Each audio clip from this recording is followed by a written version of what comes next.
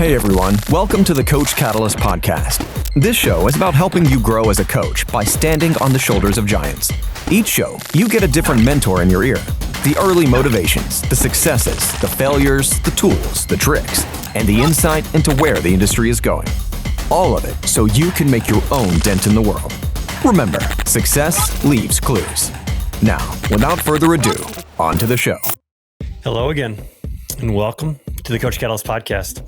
I'm your host, Trevor Whitworth. On today's episode, I have the pleasure of speaking with absolute juggernaut. Her name is Nathalia Melo, and she won Ms Olympia. Yeah, kind of a big deal. But you might not have known that Nathalia arrived in the U.S. in Fort Lauderdale with $350 to her name. And from that, she was able to build a career in the fitness world, win Ms Olympia, and now run a thriving online business that is serving her ideal client. It's pretty cool. It's very inspiring. And we get into all of the details in this episode of the Coach Catalyst podcast. I'll catch you on the flip side with Nathalia Melo. Nathalia, welcome to the Coach Catalyst podcast. The way you said it was like, Nathalia, I'm like, yes, I'm here. Hi. We're ready to go. Let's do this thing. Awesome. Well, thanks for coming on. I'm really excited to be able to chat with you a little bit. You're going to be at our Super Coach Summit here in the next couple of weeks, so we'll definitely be able to hear more about your story and your massive success in this industry. But this podcast is to really look behind the scenes of that success, because there was probably a lot of trials and tribulations and things that you had to go through in order to get to where you are today. And that's what we're going to unpack today. So the first question I have is, I think it was around the age of 14 years old, you had to save up a bunch of your allowance in order to afford a gym membership. So I want you to tell me a little bit about that. And hopefully I got the age right. How do you know that? But we try to do our research here at Coach Catalyst. Holy shit, that's good. That's good. Can I say holy shit? I think so. Yeah, we'll let it go. Okay. Okay, good. Thanks. Okay, so that's awesome. So yeah, when I was 14, I really wanted to start working out and things like that, but my mom didn't really see value on it. And she, like in her mind, she's like, it's a waste of money and blah, blah, blah. So I was like, okay. So I started saving up my allowance. And I'm from Brazil, just for context. So yeah. I was in Brazil, and back then there was not even such a thing as like automatically drafting the money from your account. It was like literally a paper that they would stamp, you're paid for this month, and then you'd pay cash or in a check. So my monthly allowance wasn't enough to pay for a month of gym membership. So I could only go to the gym every other month. And that's kind of how my whole like fitness life begun. I've always been into sports, but again, my mom didn't really value sports and being active and things like that. So I could only do the sports that were free in the club that we were a part of. And that sport was swimming, which is funny because I swam for 12 years. And until I would say like a year ago, my kids didn't even know that I could swim. I swear to God, I got in the pool and I started swimming, and you're like, oh my God, Mama can swim. That's just small children, I think, in and of themselves. They kind of live in their own world, but that's awesome. But so that was kind of your initial like foray into fitness. It was more like what you were doing to help better yourself, but like you didn't make a career of fitness. You went into law right away, correct? Yes. So like a little bit of a backstory. In Brazil, law school is a bachelor's degree. Okay. And if we have any Latinos listening, you're very much going to understand what I'm saying. Whenever you're in a Latino household, it's like you're either a lawyer or you're a doctor. You have two options. And I knew that like bodily fluids and shit like that was not my thing. Okay. So I was like, okay, it looks like I'm going to be a lawyer. And I always had like that quest for justice and things like that. And I had been an exchange student here in the US. And then whenever I got back to Brazil, I was about 17. I went into law school. So I got into law school at age 17. So I was 17, about to be 18. So, and I was in law school until I was 20. For 3 years, which is roughly halfway.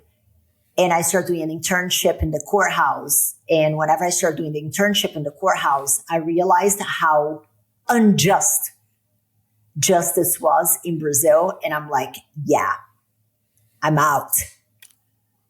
So I sold my car and I moved to the US with $350 to my name, maybe $400. I don't remember the exact, but it was anywhere between $350 and $400. It wasn't much. Where'd you come to the United States? What city? I went to Fort Lauderdale. Okay. And was that the way I ended, go ahead. I was gonna say, was that like with your family? I mean, you're just like getting up, and was that like No. like a separation from the family, or were they like, hey, go do your thing, or was it kind of like a falling out a little bit? I was a bit of a rebel, and I had my moments with my mom, and we had just lost my stepdad when I was like 18. So, and I come from like, it's a very small-minded region where I come from in Brazil, and everything was very limited. And after I had done I was an exchange student here, I saw all the possibilities. And then whenever I went back there, it's impossible for you not to compare. And I'm like, the world is so big. Why am I going to limit my dreams and the possibilities of what I can do with my life to what I see here when I know that there is so much more out there? But I didn't know how I was going to get back here. So I found a friend that I had gone to middle school with, and I hit him up and I'm like, yo, what's up? And I'm like, here's the deal.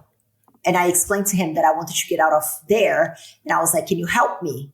And he's like, I can help you, but obviously I'm married and it would be weird for like a friend of mine from middle school to come to my house. I ended up being very good friends with his wife afterwards, but he helped me find a place. Okay. And I started, cleaning restaurants when I moved to the US, waitressing and cleaning restaurants. So that's my how moving to America kind of part. And so, I mean, you probably couldn't use the law, any of the education that you had previously gotten in Brazil, or were you just kind of like, hey, that's not the route I want to go. I'm going to just move into something else and we'll start here and figure it out? I contemplated that, but I always wanted to do something fitness related. Okay. You know, I wanted to do exercise science in Brazil. But again, back to in Brazil, you're either a doctor or you're a lawyer. Right. So out of the two, I went with being a lawyer. But it had always been in the back of my mind that I wanted to do something with fitness. But like the messaging was like, oh, you can never make a living out of it. And like, that is not even a career. You just kind of work out. And I'm like, all right. So. Hey there, you sexy little W. Sorry for interrupting your regular programming. This is Trevor. Now, I've got a big announcement, something I'm really, really excited about, and that is the Super Coaches Summit, our Coach Catalyst Summit that is taking place in August 5th and 6th in Reston, Virginia, right outside of the Dulles Airport. Super easy to get to. Now, we've been to a lot of events. We go to a lot of events, and we wanted to make this event different. Most events are educational. You have great speakers on stage. You take a bunch of notes. You go home and do nothing. Right? We want this event to be more practical. We want it to be tactical. We want you to leave the event with a better business than when you came. Not going home and hoping that you implementing at the event. And then the second thing we want this event to be is the best networking, connecting, collaborating event you've ever been to. So we've got some really special things in store to facilitate those connections. So if you're looking for a different event, something that's going to level you up and an event that's going to allow you to have a better business when you leave than when you came, definitely check out the Super Coaches Summit. We are dotting all the I's, crossing all the T's. This thing is going to be on point, and I want you to be there. Okay. So when you got to the US, you just basically found any way to make ends meet, clean restaurants, do some waitressing. What was the first step then towards this dream of fitness? What was the first thing that you decided to do? Was it getting an education, certification? Was it just training people on the side? So, just for context, I have won the Olympia, which for those of you listening, that Olympia is the biggest bodybuilding competition in the world. Mm-hmm. So what happened was that I started to bartend. And I always kept on working out and things like that. So I started to bartend. And then whenever I start to bartend, that lifestyle starts to get like normal, getting white girl wasted every day because you're either working or you're having to promote your work. And I had like a little bit of an epiphany moment that come to Jesus. And I'm like, this ain't it. I needed to bring some purpose to my life. And that's when I decided to compete. So that was when my first competition came along. And with the competition came, magazines, and then being interviewed and being invited to, write articles for magazines. So that's kind of when I realized that I had to learn not only how to apply things for me, but also how to, help other people that were in different scenarios than myself. Right. And then I won the Olympia, which is the biggest bodybuilding competition in the world. And then after that, I started doing seminars about fitness all over the world. I've been to over 30 countries doing seminars on health and fitness, and some training during and after pregnancy in all these places. So that was kind of like the progression. The moment that I start to compete, I was like, okay, I want to understand my body. Mm-hmm. And I'm being invited by these magazines to talk. I don't want to sound like a fucking idiot. Like, I don't want to sound like an idiot. Right. I want to make sure that I am, it's not just a body. There is something up there too. Right. And that's kind of how, and I wanted to understand what was happening with my body. So if I felt like something that my coaches were doing were, I don't know, questionable, that I knew how to ask the necessary questions. Mm-hmm. So that's kind of when I got my first personal training certification, and I went on to get like several others. Mm-hmm.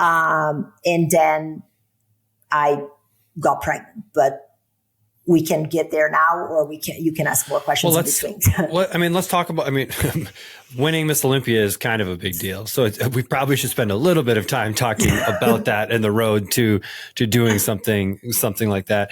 And so did you start in bodybuilding, or did you start in like figure or bikini or something like that and kind of eventually get over there? So that's actually a great question, because what happened was I used to work out in this gym with a trainer. And then this lady in the reception, she was an IFBB pro, Christine Wang. And then she's like, you should think about competing. But my idea of competing, and I don't mean this in any shade, but it was just not appealing to me, was to like the female bodybuilders. And I know that it requires a lot of work, but it's not a physique that I wanted for myself. And I'm like, no. And then she's like, no, there is this new division called bikini. I'm like, ooh, do tell me more.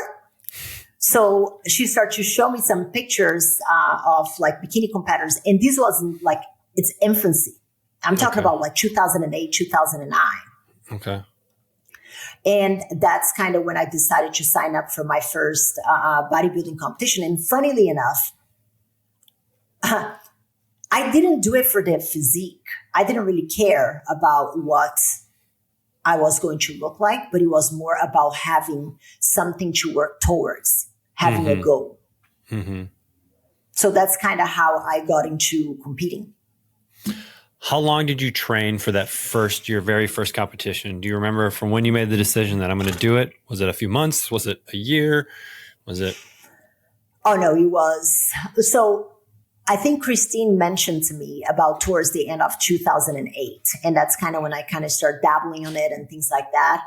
And then I think I decided I spoke with the coaches and kind of like was half in, half out. And then I think it was around May that I decided to start prepping for a show that it was going to be in October. Okay.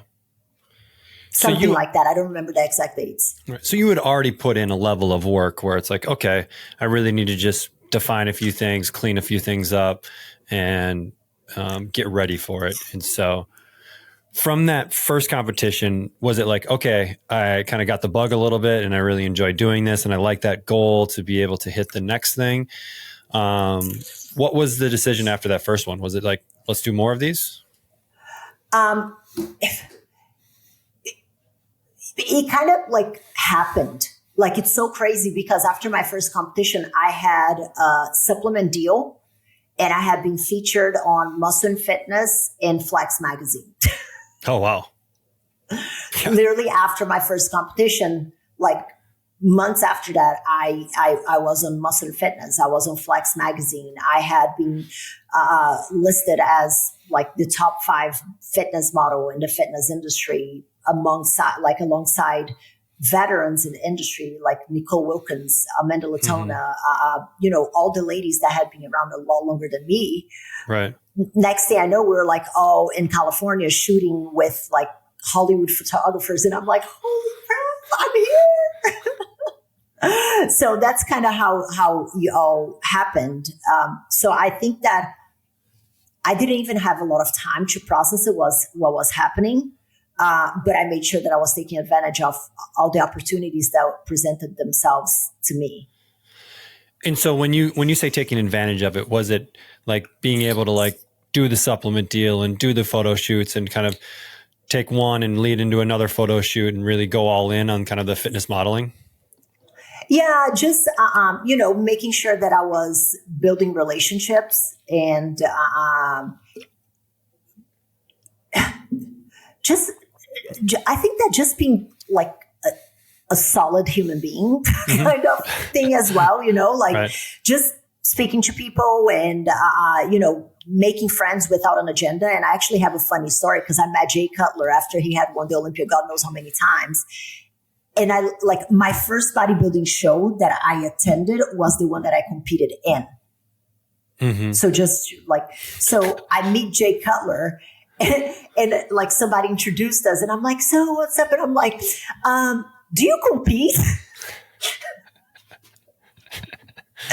And then he's like, he had been Mr. Olympia, I don't know, 5 times by then or something like that. And, that is a moment that I will never forget. And he was very cool about it. He was not like a dick. Not arrogant. But that was funny. So I was very unaware. So I came to the industry with a lot of, without a bias. Yeah. And without like, I need to talk to that person because the person is important. No, I'm going to talk to the person because the person is cool. I don't care. Right. So how long was it from that first competition to winning Ms Olympia? 3 years. Okay. And was it like, when did you decide to go for Ms Olympia? You're like, okay, this is the new mountain I want to climb. Why not? I was winning pro shows. I had qualified. And like, why not go for it? You know what I mean? Like, the worst that can happen is I don't win. Right. So I just didn't even think that there would be another option or another road to take. Right. So for those people that aren't familiar with the process and kind of ultimately winning Ms Olympia, can you kind of walk us through, are there kind of like different competitions that lead up to a big one, or what does the process look like if someone was going to go through the whole process? Where do you start and ultimately win?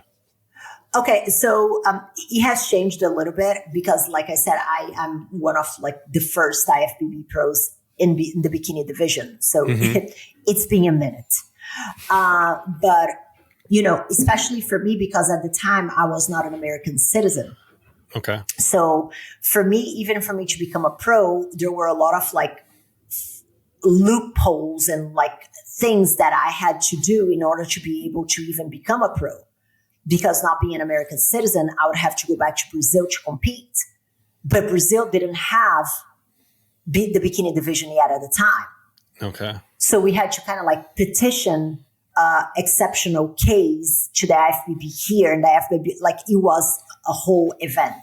And then, so you have to turn pro. So you cannot just be like, wake up one day and be like, you know what? I feel like competing at the Olympia today. It sounds like, That's what I want to do. What does it take to turn pro? How do you do that? So you have to compete at national shows or like pro qualifier shows. There are a few different ones. And then you have to place or win the overall, depending on what show you're talking about. Okay. And then, and then I won. And then back then you had to win a pro show. And then I won my first pro show, which then qualified me for the first ever Olympia, which was in 2010. And in that one, I got second place. And then I also was invited for the Arnold Classic, which is by invite only.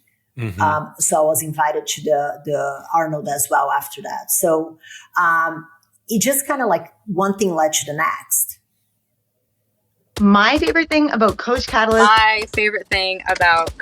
One of the things I love most about Coach Catalyst. There are lots of things I love about Coach Catalyst. And the reason why I love Coach Catalyst is that the accountability off the back of that is simplicity. The support is amazing. It allows me to give so much of me to my clients. It's the drip feeding of content. I can schedule lessons for my clients in advance. Game changer for freeing up time. It gives me my time back. It's so simple and so easy. Hi, I'm Kane, the founder of Coach Catalyst, the #1 accountability and communication software on the market today.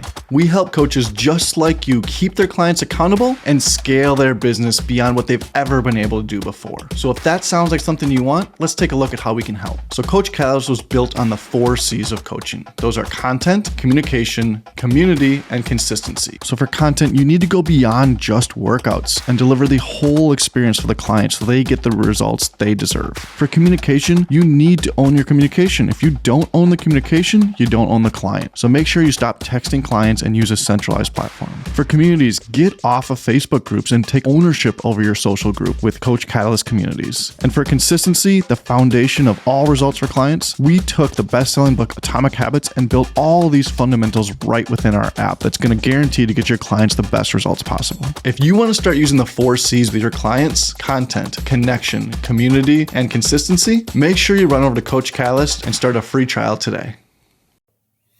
And for someone doing this, right, is being an IFBB pro, is it lucrative at all? Like, or do you have other jobs that are kind of paying for this thing that you want to do?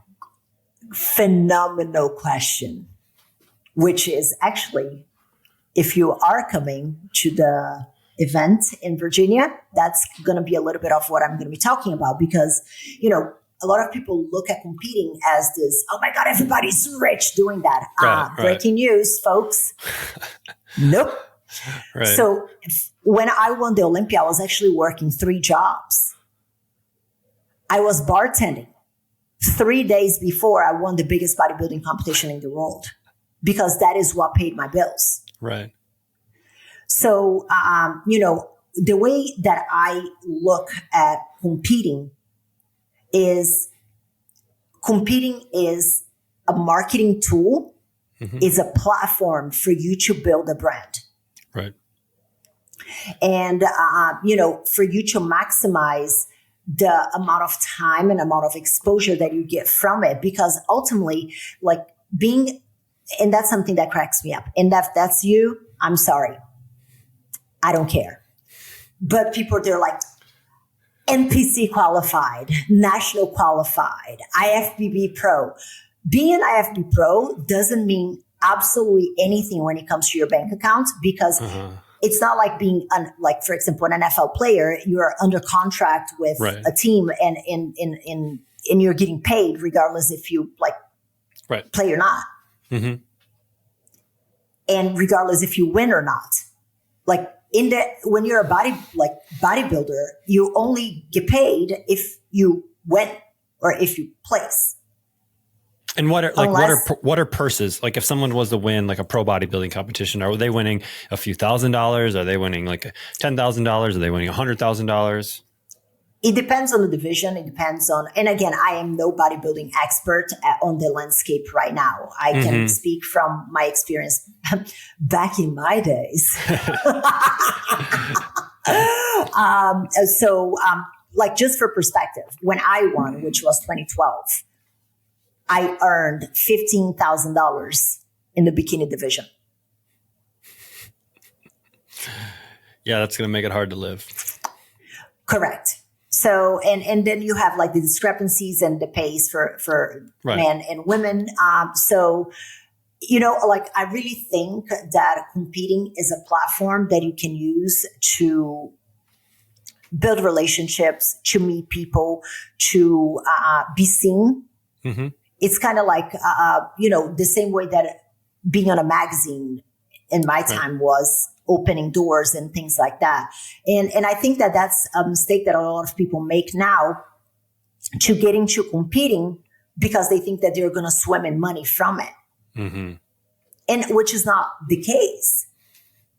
Because now I think that we have a lot of other platforms that can give you the exposure that don't necessarily require you to go through a contest prep. There are plenty of very successful people, plenty of successful coaches who have been able to build a successful business without competing or turning pro. And another mistake that I feel a lot of people make is assuming that because somebody was a competitor, that they know what they're doing. Mm-hmm. Especially when it comes to a different lifestyle and also a different demographic, which was a hard truth that I had to learn, with the mindsets like, like I know what to do. Well, yeah, I know what to do, how to get ready for a competition. But I didn't know what to do when I got pregnant with my son. Mm-hmm. Because it's different. It's like, it's not even remotely like similar. And there are a lot of variables from one to the next that need to be taken into account that I think that that's where it comes the specialization in making sure that you are understanding the people that you're speaking to and what you're passionate about working with so that you are not like throwing spaghetti at the wall, hoping something sticks. And not only that, hurting people in the process as a coach. Right. Do you feel like you understood this idea of brand building early on in your career? Like this was a platform where you were getting noticed. Were you able to capture that attention early on, or was it not till a little later in your career that you realized really the value is me building a brand and then I get the attention by being on stage and winning competitions and that kind of stuff, which ultimately helps build the brand? Do you want the honest answer? Yeah, absolutely. So I think that the come to Jesus moment for me was I had a very meteoric, I think that's how you say it. Sorry. Portuguese is my first language. So language barrier, like when you go like to the top very quickly. Yeah. Meteoric. Yep. So it's very easy for you to just think that you're the shit. Right. And then I had one, like almost like the first 5 or 6 shows that I had done. And I was like, do you know who I am? Like that kind of attitude. Yep. And then I went to a competition and I had my ass handed out to me. And I think that brought me a lot of perspective on what matters, especially in an industry like bodybuilding, which there's always somebody who is cooler, hotter, better than you coming along. And that's applicable to the fitness industry as a whole. Mm-hmm. And that the people who were going to be there for me when I was at the bottom were the people that I need to nurture when I was also at the top. Mm-hmm. So and building, like focusing on building relationships, like true relationships, friendships, and not out of interest or out of, what that person can do for me, but just like I said before, like being a decent human being without an agenda. Mm-hmm. And I think that was kind of like my come to Jesus moment to keep my feet on the ground and focus on, really not lose sight of the people that matter to me in my life, outside of bodybuilding, and also to build meaningful relationships, because I knew that career, especially as I started to look around me and see a lot of people that were hanging on to competing way past their due date, way past their due date. And I knew that was not what I wanted to become. Mm-hmm. So I think, it was never with an intention of necessarily creating a personal brand, but it was with the intention of being true to myself and building relationships, not necessarily with an agenda of an outcome, but just knowing that at some point I was going to get out of it, and I wanted those people to be my friends. Right. So that was kind of the mindset. And then eventually became like, because I had a coach that basically put me aside and was like, oh, you have to start posting about your boyfriend on your social media. And I'm like, bitch, what? And then she's like, it's not good for your brand. And I'm like, well, but I'm not in the brand of being a hoe. Uh-huh.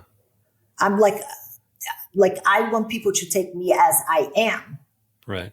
And I think that was, another eye-opening thing for me on becoming very clear of what I wanted to be and what I didn't want to be. Mm-hmm. And the person that I was posting at the time was actually my husband, who is now my husband. So I think that was kind of like really having those pivotal moments where you have like a boundary check and a reality check of what your long-term in life is, a long-term goal in life is. As a coach that runs challenges, I needed my life back. I had stuff all over the place. A Facebook group for community interaction, Google Sheets for check-ins and measurements, and was drowning in email communication. As my challenges grew past just a handful of people, I started to notice clients were falling through the cracks. I began researching virtual assistants because I just couldn't manage it all. And truthfully, the client experience was going down the drain. Luckily, a friend recommended Coach Catalyst and just told me to trust her. I'm sure glad I did. Now I can run my challenges with 2 or 200 clients with just a few clicks. The lessons get delivered on the right days, the accountability happens automatically, and most importantly, the communication is all in one spot. I even created 2 new challenges from the Coach Catalyst library.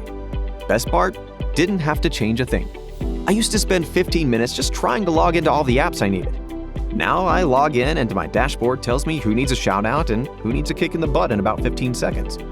I feel like a huge weight is lifted off of my shoulders. I can finally spend my time coaching again instead of worrying about all the admin work. Do your brain a favor and get Coach Catalyst. And so you have figured out the brand piece because you have like the brand, you have a personal brand now that carries some weight. And so when did you find out or kind of realize how you could maybe monetize the attention that you're getting, right? Because now you have programs and other things that people can come and purchase and be a little bit closer to you. Was that later in your career when you're like, okay, hey, I have this attention, let's find other ways where I can help people?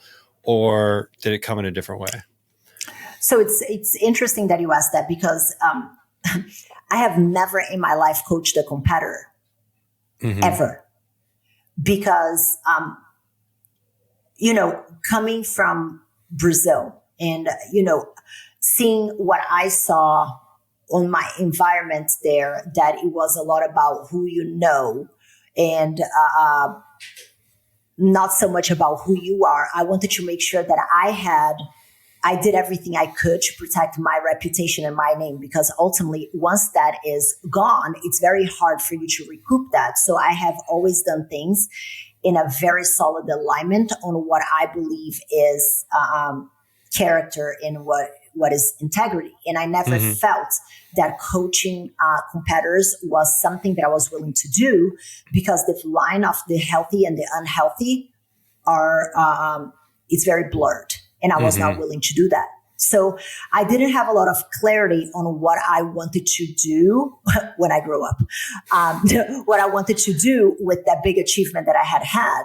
Right. So I didn't go into coaching competitors. I did a lot of personal training in person for general population. And I did a lot of the seminars. That's when I started doing a lot of the seminars. And, talking about my experience and talking about the things that worked for me, that didn't work for me. And I find that exposed me a lot to different cultures and different perspectives and limitations that a lot of countries have when it comes to gyms and food. So it was very eye-opening for me to have that. So up until then, when I was doing seminars, because somewhere in there, I moved to Ireland, actually Northern Ireland, because that's where my husband is from. So, I think that gave me a very different perspective And it wasn't until I felt pregnant with my son that I realized, and I had a very clear assurance of what I wanted to do when I grew up. That was the moment, finding out like when I got pregnant with my son. And when you say what I wanted to do when I grow up, what was it that you wanted to do when you grew up? I found my people, I found, because I knew that competitors were not the demographic that I wanted to work with. Yep. Because you would require me to sacrifice something that I was not willing to, which was my integrity, to give people something to do that I perceived as unhealthy. So I wasn't willing to do that. So I just started doing a lot of seminars, and I did one-on-one like personal training. But then whenever I found out that I was pregnant, it gave me like a bit of a purpose. And it made me realize that even though I knew, quote unquote, everything because of my background competing and the amount of time that I had been training, I actually knew nothing, because the reality of training when you're pregnant was very different. And then having a child, and then you're like, oh, that's humbling, because, you're 20, young, free, and single, and you just go to the gym when you feel like it. And if you can go in the morning, you take a nap, you go in the afternoon. What's the big deal? But whenever you have a lot of responsibilities, you have a child, you have a career, you have a husband, that changes.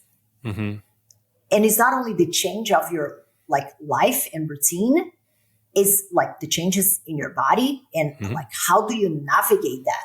Especially when you have little control about all those variables. So that is something that I became very passionate about. And that's kind of like how I found my people. So at that time, were you still training people while like through your pregnancy? Yes. So you were kind of doing in-person training. Did you have any? I didn't do a lot. Okay. Did you have any online products or anything like that at the time, or were there other ways that you were connecting with people and serving people? Oh yeah, I was. So whenever I found out that I was pregnant, and that's another thing that I think is important to add, because that's something that drives me insane. It's like, I'm pregnant, I'm going to launch a pregnancy book because it worked for me, it's going to work for you. And that's not how this works.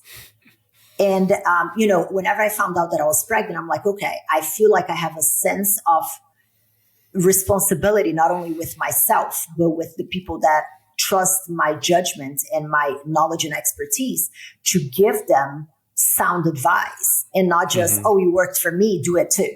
Right. So I decided to take all the courses that I could about pre and postnatal training when I was pregnant with my son, so that I could not only help me, but if I were putting something on social media, that I was able to articulate and ultimately like not put anybody's life and child in danger just because I didn't know. I didn't know is not really an excuse to, kill people. Right. So how long ago was this when you had your first child? My son, he just turned 7 yesterday. So 7. So This started about 8 years ago. So what platform at the time was this? Was this Facebook that was kind of where your main audience was? Or was it the beginning of Instagram. Beginning of Instagram and some Facebook as well, but like between the two. And your platform kind of right now of choice, is that Instagram? Is that where you're kind of putting a lot of your attention to? Yeah, Instagram, some Facebook, and now I'm trying to expand, obviously, with Thread, which is a platform that I really like, because I feel I even made a joke the other day on Thread, and I'm like that Thread is going to be the zombie apocalypse for fitness influencers without a personality. Because I feel like it really allows you to be yourself, and it doesn't rely just on the way that you look. So I think that that's powerful. And I mean, you've got an absolute massive following on Instagram. I just looked it up right now. It's like 259,000 followers. Was that intentional, or did that just kind of come over time because of your public appearances and the different worlds that you were in? Yeah, I think it came with time as well. And obviously, lost some, gained some along the way. But also in becoming very clear on who I am and, what my boundaries are as a person and as a coach, and what are the kind of people that who I want to work with. I have we have an inside joke with my team that my application process is, if I speak to somebody, it's like, would I go on a girls' night out with her? Would I have a glass of wine? If the answer is no, it's a hard pass. Yeah. I want to work with people that make me feel alive. Right. And that's how I feel about the people that I work with right now. Was that always the case? Or at the beginning, is it kind of like, I got to work with everybody who has a credit card because I need to pay the bills? Or was that a mentality you had early on? I don't think that it was so much, I'm going to work with everybody that has a credit card. I think it was, I just didn't know. And I wasn't going to be able to know until I worked with different people to know who my people were. It's kind of like, it's almost like dating. How are you going to know who the right person is if you don't date the wrong ones? How are you going to appreciate the good one if you don't go on bad dates? So it wasn't so much. And that's the funny thing. I know everybody do I like making money? Yes, I do. Do I like having a comfortable life? Absolutely. I do. But I really think that that's a big belief that I've always had, because if you were about making money, if money was the sole driver of what I currently do, it would be a dumb decision to not capitalize on coaching competitors as an Olympia champion. But I never did it because it didn't fulfill me. I'm a big believer that money is a byproduct of doing well something that you love. I would do what I do right now for free. And I think that level of passion is what creates the income to match it. And knowing your worth, but I put that with a caveat because I see a lot of people that have 2 days of experience. They're like, charge your worth, boo. Well, your worth right now is nothing. Stop it. Why the hell are you trying to compare yourself for somebody who has 100 times more experience than you? Right. Charge your worth 100%. On that same token, if you literally just start coaching 3 days ago, your worth is you should be working for free until you gain the experience and you learn what is and what is not. Because what you learn in when you're in personal training school and what is, ooh, boy, ain't there some disconnect. Right. So, and to constantly, if you want people to be investing in you as a coach, why the hell are you not investing in yourself as a coach? So that one personal training course ain't it. There needs to be a continuation of it. So that's I love it. That's exactly right. And would you say your people at this point are moms, are pre and postnatal, are women who are looking to make a transformation, do something in their lives? If you had to define your people right now, who would they be? Great question, because it was something that it was also an evolution, because even whenever you're talking about moms, there is a category, there's several layers of moms. So whenever I was pregnant, I was like, okay, I want to work with moms.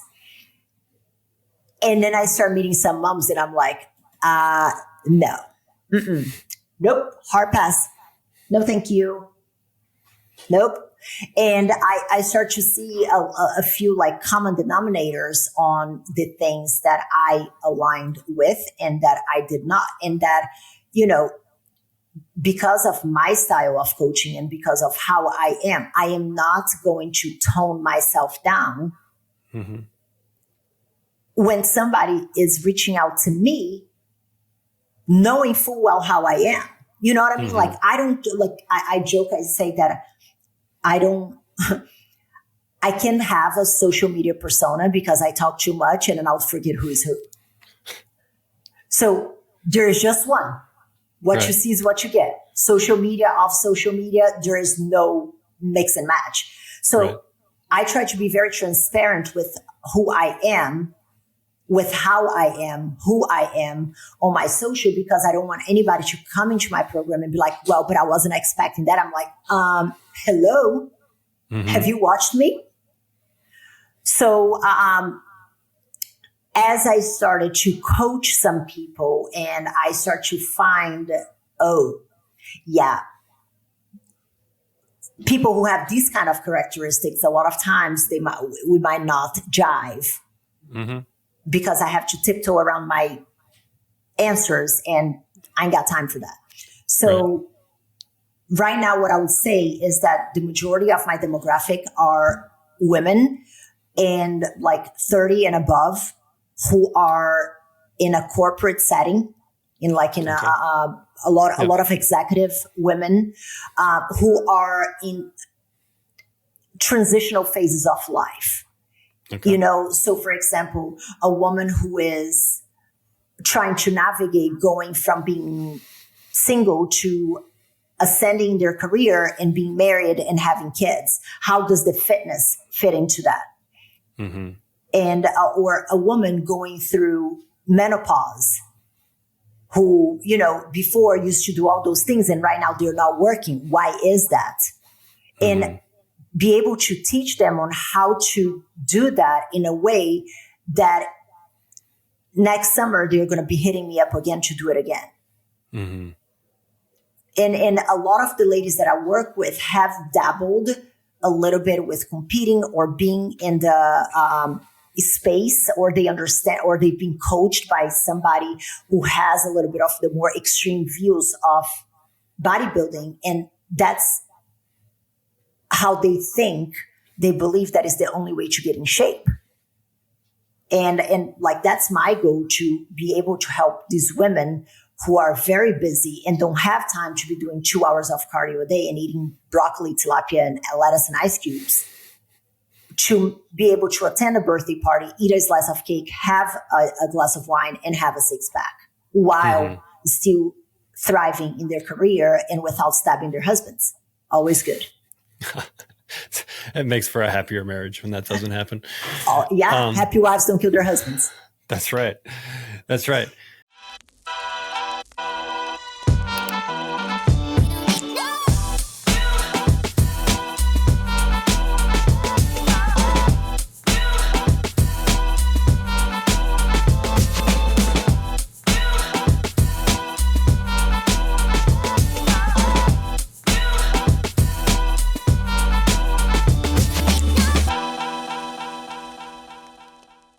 So so you were doing in-person coaching for a while. Are you still at this stage in your career still doing the in-person coaching, or have you shifted more into an online model? It's so the online model came along, especially after I started having kids, because I had 2 kids 14 months apart. Okay. And then we moved from Ireland back to the US. Okay.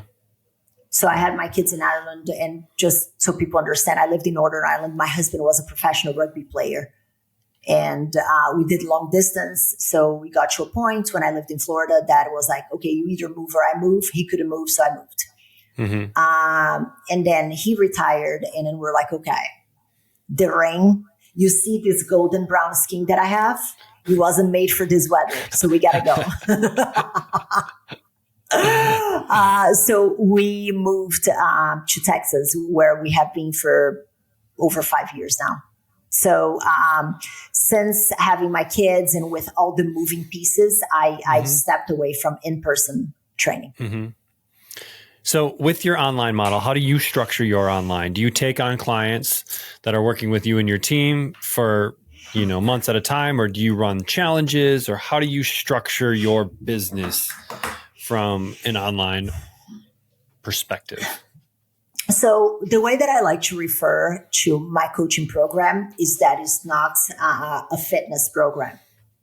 What we do is a life coaching with a fitness outcome. Okay. Because one thing that I have noticed on my own journey and with far too many years of experience working with different people is that oftentimes the problem is not just the training. The problem is not just the nutrition. The problem is adjusting the mindset, the habits, and the expectations to a plan that aligns with their lives and that they are going to be able to be consistent with and see results, not in 2 days, but if it takes 2 months, 2 years, they know that the results are coming because they are becoming the person who gets results. Mm-hmm. So it's a lot about like the mindset shift. So in my team, I have an in-house registered dietitian. I have a counselor. So it's a much more encompass, like a much more holistic approach to fitness, nutrition, and habit changing than just here's a workout, here's your nutrition, off you go, see you in a month. Mm-hmm. So that's kind of how is it structured. And we do internal challenges just to kind of like keep things interesting. But I am not, you wouldn't be my main model, although I had that in the past. That's kind of how I started. And that's kind of what I talk about the evolution, because I had a low ticket program for moms that was almost like on a membership kind of model that I spent an absurd amount of money creating everything like custom and like having a full freaking IT team to create the freaking thing for me. And I hated it. Yeah. I hated it. I hated it because it was like that one too many kind of model that I didn't feel like I was making the impact that I wanted, and I was not serving people in the level that I wanted to serve them. Mm-hmm. And that's kind of when I transitioned into what I have now that is a much higher price point. Mm-hmm. And that's another thing as well. Like I become very emotionally invested in the results of my clients. Like very emotionally invested. Me and my coaches, we know everything that is going on like with everybody's lives. And I'm not going to be invested with someone who is not invested in themselves. Mm-hmm. And ultimately who pays attention. Mm-hmm. So I decided to make a big part of what I do to have a much higher price point, because I'm not going to waste my energy and time and resources on someone who doesn't give a shit. Mm-hmm. I can't give a shit for them. And I think that a very good way to see if people are willing to invest in themselves is by opening their wallets. Yeah. If you want to see what's important to someone, look at their credit card statement. Do be facts. 100%. 100%. So, I mean, now you have a team, right? You've got these important pieces like a counselor and a registered dietitian and other people to help assist in the process. Was that always the case since the beginning, or was it just you at the beginning trying to do everything and you finally got maybe to a breaking point where you needed to bring other people in? It came more from a place of service than breaking point, if I'm being honest with you, because a lot of things like, and that's one thing, if I can toot my own horn, is that I have always been very self-aware to know what is within my wheelhouse in my scope and what is not. Mm-hmm. So whenever I start to work with a lot of the ladies, I start to see that a lot of the issue or the challenges were way outside my scope. Whenever we're talking about like history of eating disorders, history of like disordered behavior around food, I'm not qualified to talk about that. I can talk about my own experiences, but then I would be like the homegirl that just got sued in the state of Texas because she was trying to solve problem without the proper qualification for it. I'm like, my reputation, my name is like, it's much more important to me. Right. So I was like, okay, this is getting to a place where it's outside of what I feel like I can truly help and serve people. So who would be the professional that would be able to facilitate this and make sure that we are truly helping people and not just collecting the money? And I was like, okay, a counselor who specializes in this. So that's kind of where the help came. And then whenever we start to get some ladies that had some, I always had a registered dietitian on the back end as almost like a consultant. Yep. So I would never do anything that I felt that would be harmful to somebody's health. But we start to get a lot of ladies with, lupus or diabetes. Yep. I'm not qualified for that. Like, that is outside my scope of work. I don't care how people want to put it. It's not my scope of work. And being very aware to be like, I'm going to be doing these people a disservice, and I'm not going to be serving my purpose of service if I try to do it myself. So that's when we brought a registered dietitian. So that's kind of how the growth happened. How did you find your counselor?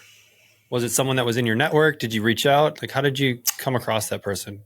I actually, I train a lot of trainers. We have a lot of personal trainers as well in the program because, they see the value in investing in themselves. And she was a former client, and she had like 17 years of experience on like as a trainer as well. And she had been a competitor, and from being a competitor, that's what made her decide to become a counselor. So she saw things from my perspective because she had experienced them. And she also knew how I operated because she had been my client. Oh, that's so good. that's kind of how it happened. And now she's my head coach. That's awesome.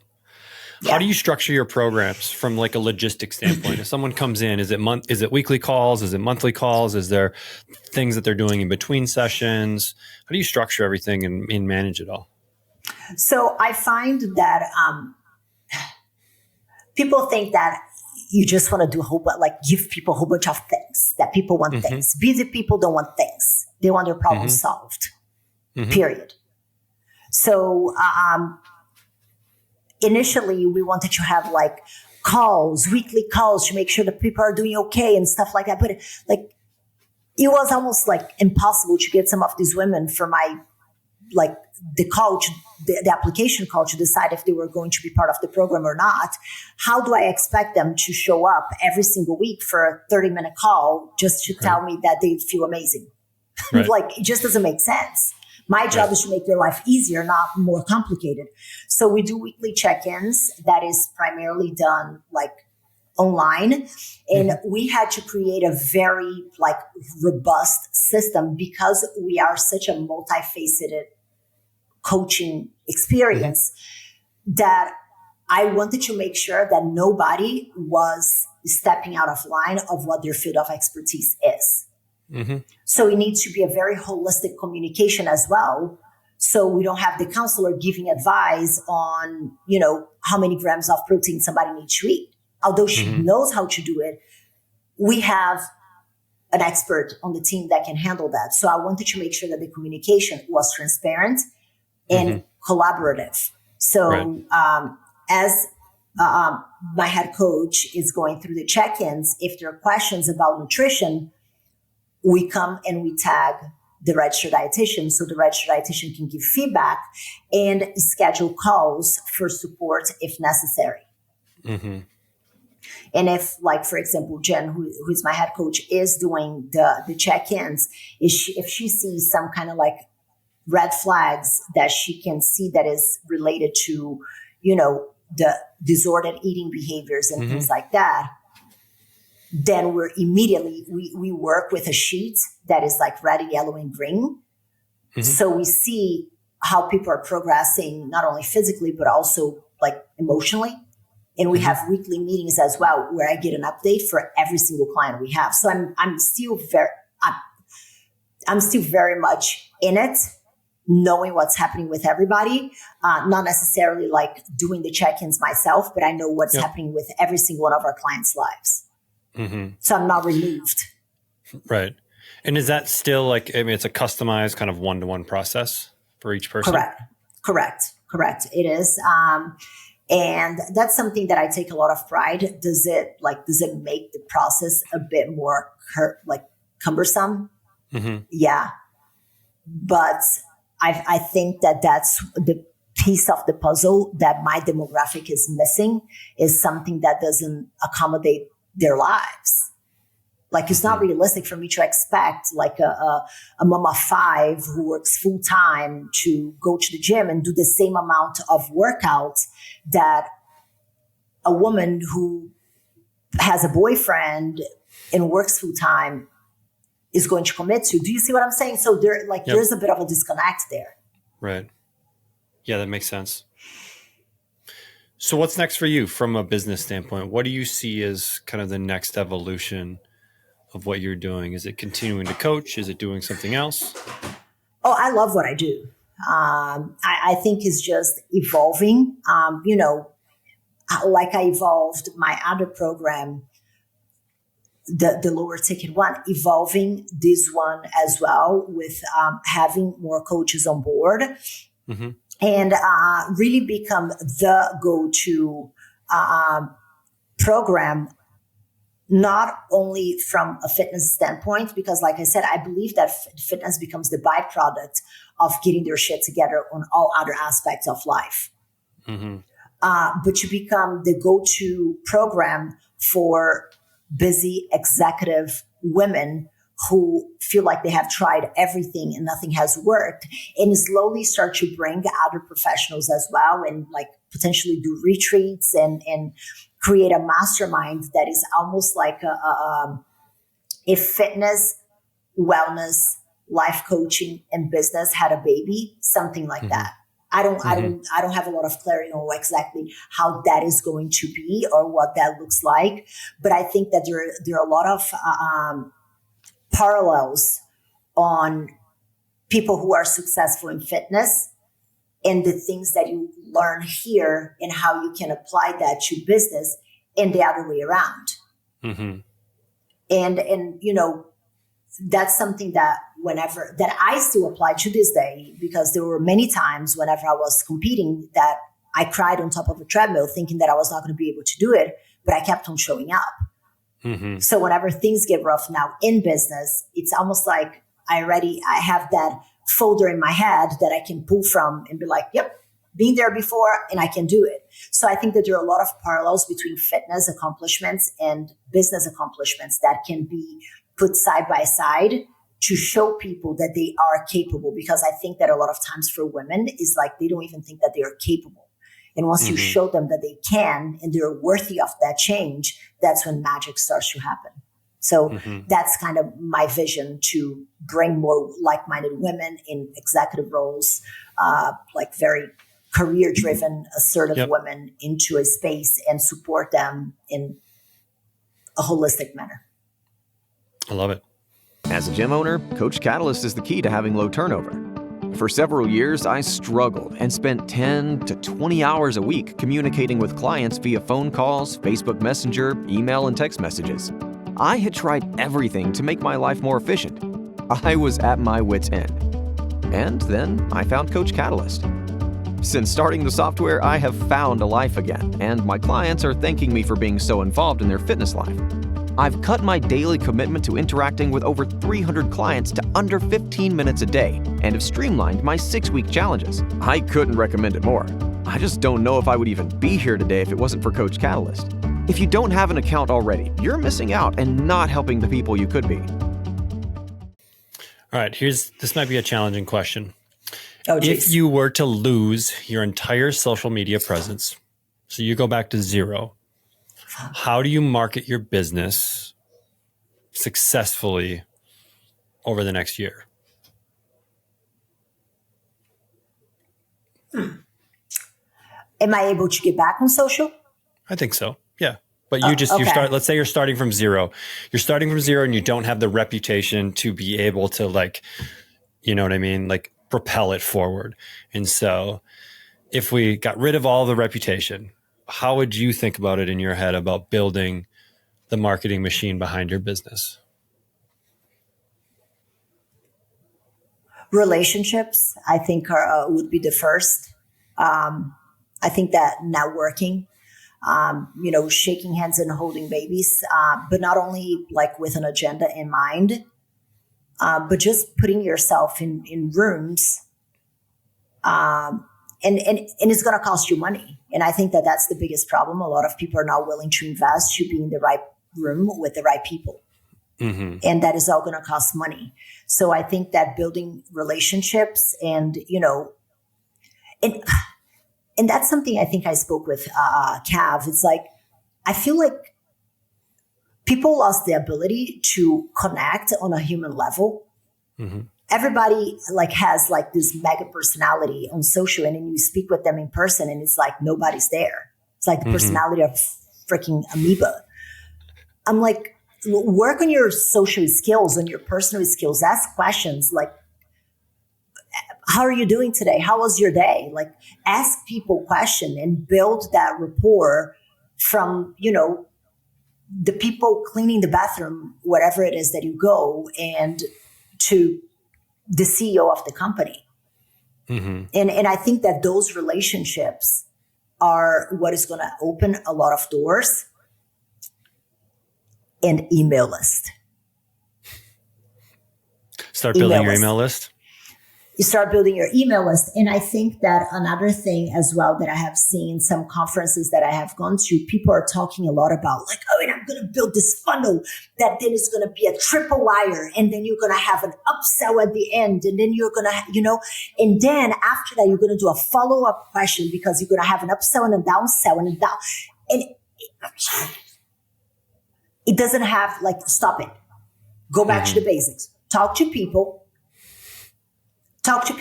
Imagine that chakra. Talk to people and tell them about what you do. Mm-hmm. And then instead of charging $50 for somebody who's probably not going to be invested, charge, $500 and tell them, ask those people, hey, I'll charge you $500. If you get the results, I'll give you your money back. But would you be willing to give me testimonials? Mm-hmm.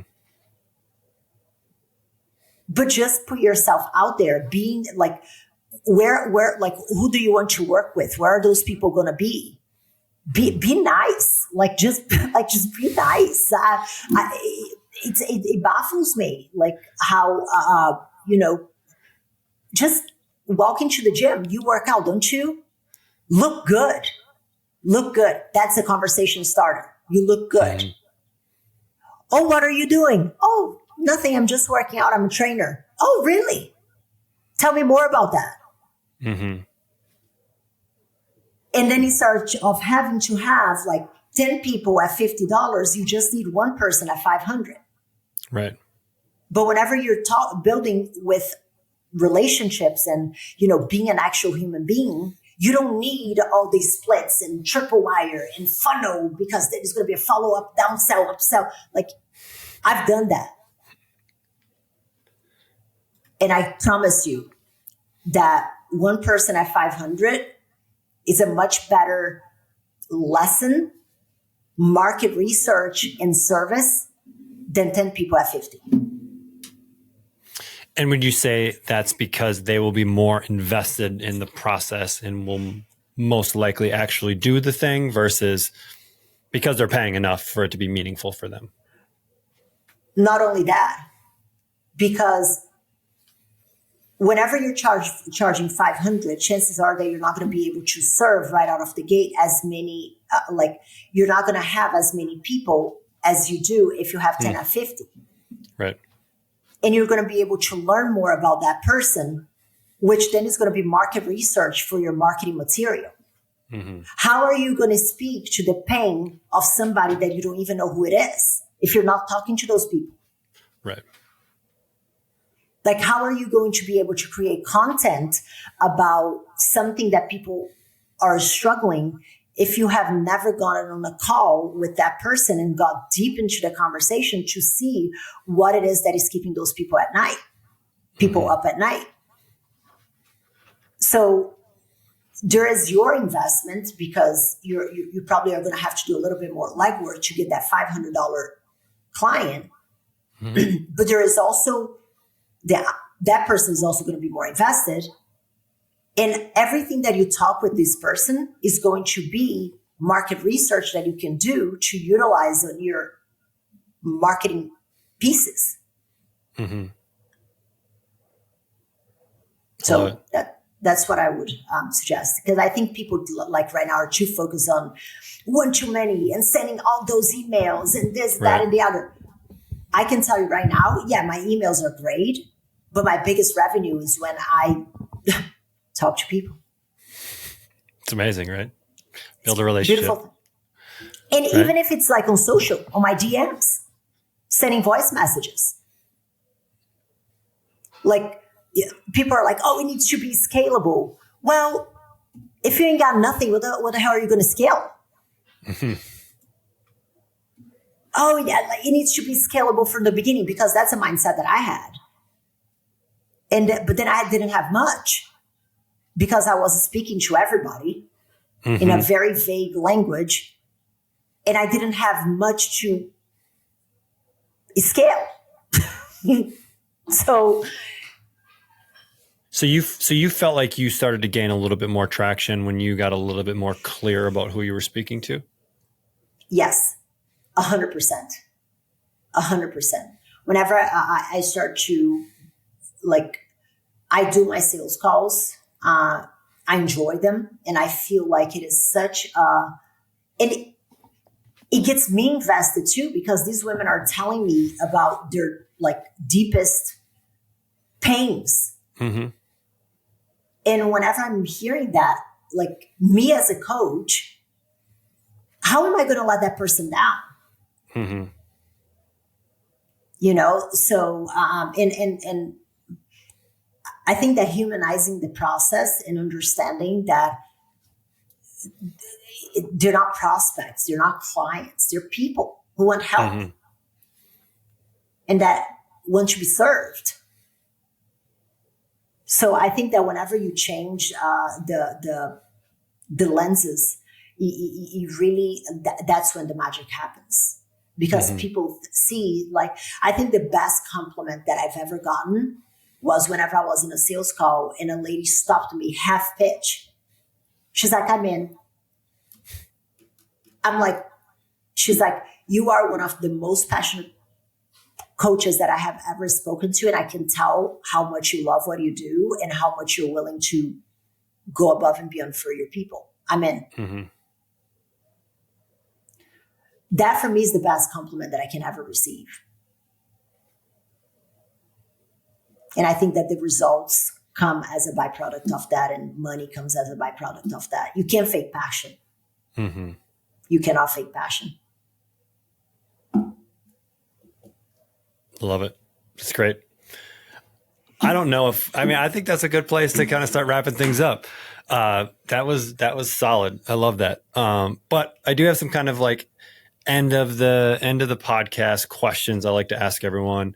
Pretty light, pretty easy, just to go a little bit deeper. So the first one is burrito, taco, or quesadilla. Ooh. Got to choose one. Tacos. Tacos? Yeah. Do they have good tacos? They have pretty good tacos in Texas. Man, I'm in Texas. They have good Texas. Yes. You got good tacos in Texas. So. That's nice. I love it. All right. If you were reincarnated as an animal, what do you come back as based upon your personality? A lion. A lion? Yeah. I like it. Well, lionese, but. Either or. We got it. If you could live for a week in any cartoon world, what cartoon world do you get to go live in? And you have small kids now, so you kind of like are introduced to the new cartoons. Where do you go live for a week? Oh shit! Like, what is the name of the water, earth? Like, I grew up in Brazil, man, so the names were a bit different. But you know which one I'm talking about? The one that they all had they all had the power of my time. For my time, yeah. I'm old. I'm going to be 40. You're not that old. You know which one I'm talking about? The one that was like earth, water, fire, and then it's the like superhero. I know what you're talking about, but I don't know the name of it. Yeah. If we figure it out, we'll put it in the show notes or something, but I love it. All right. If you could have dinner with anyone in the world, past or present, who would you like to sit down with, have a conversation, and break some bread? Ooh.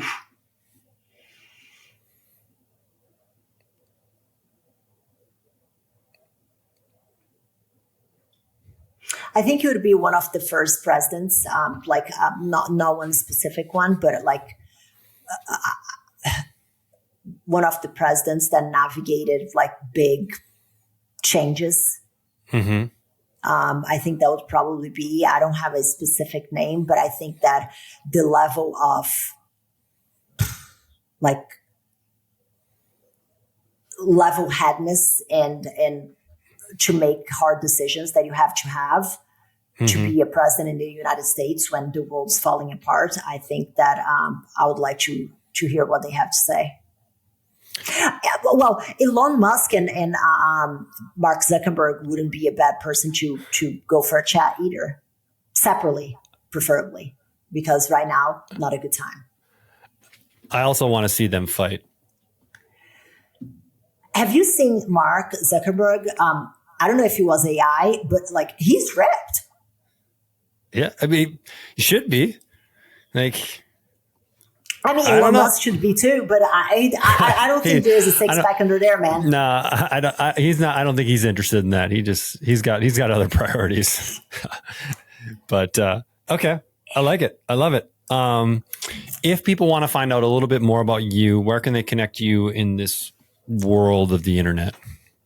Oh, I love it. Okay, so you can find me on the grams, Nathalia, Nathalia Melo Fit. And then, and my podcast, I forget sometimes, Unfiltered Fit Life, podcast in all, platforms. That's really where I share my thoughts. I found that I was very limited with the 2,200 characters on Instagram. So I just started a podcast so I could talk and nonstop. No, you don't say you need a longer platform. Yeah, I needed a longer platform, but then I also needed a platform that I didn't have to be like camera ready all the time. So that's why I didn't start a YouTube channel. You see the rationale behind? I understand now. I understand. Okay, and then Facebook as well, Nathalia Melo Fit. What else? Yeah, and yeah, and on Instagram, I'm normally the one who answers messages. So if there is anything about this, in Thread too, if you want to see my sassy self, that's the place. All right. And if you have any questions or any feedback about this podcast, holler on social, on Instagram especially. Okay. I'm the one who answers. So that's awesome. That's awesome. Cool. Well, Nathalia, it's been awesome hanging out with you, learning your story, sharing some wisdom. I really appreciate you coming on. Thanks so much for having me. And I look forward to seeing everybody in a couple, when? It's like 3 weeks. It's not that long. It'll probably be like a week once this thing launches. So yeah, that's kind of what I was wondering. Like, right. I can't wait to see you guys there and come say hello, take a selfie, share your thoughts. Thank you. Bye. I love it. We'll see you in a couple weeks. Thanks so much for listening to another episode of the Coach Catalyst podcast. If you are a coach looking to do more for your clients than just workouts, give Coach Catalyst a test drive. Try it for 14 days. Jump on call with your personal strategy coach, Ashley, and see how easy technology can be, all for free. Tell them Trevor sent you. Until next time, keep changing lives.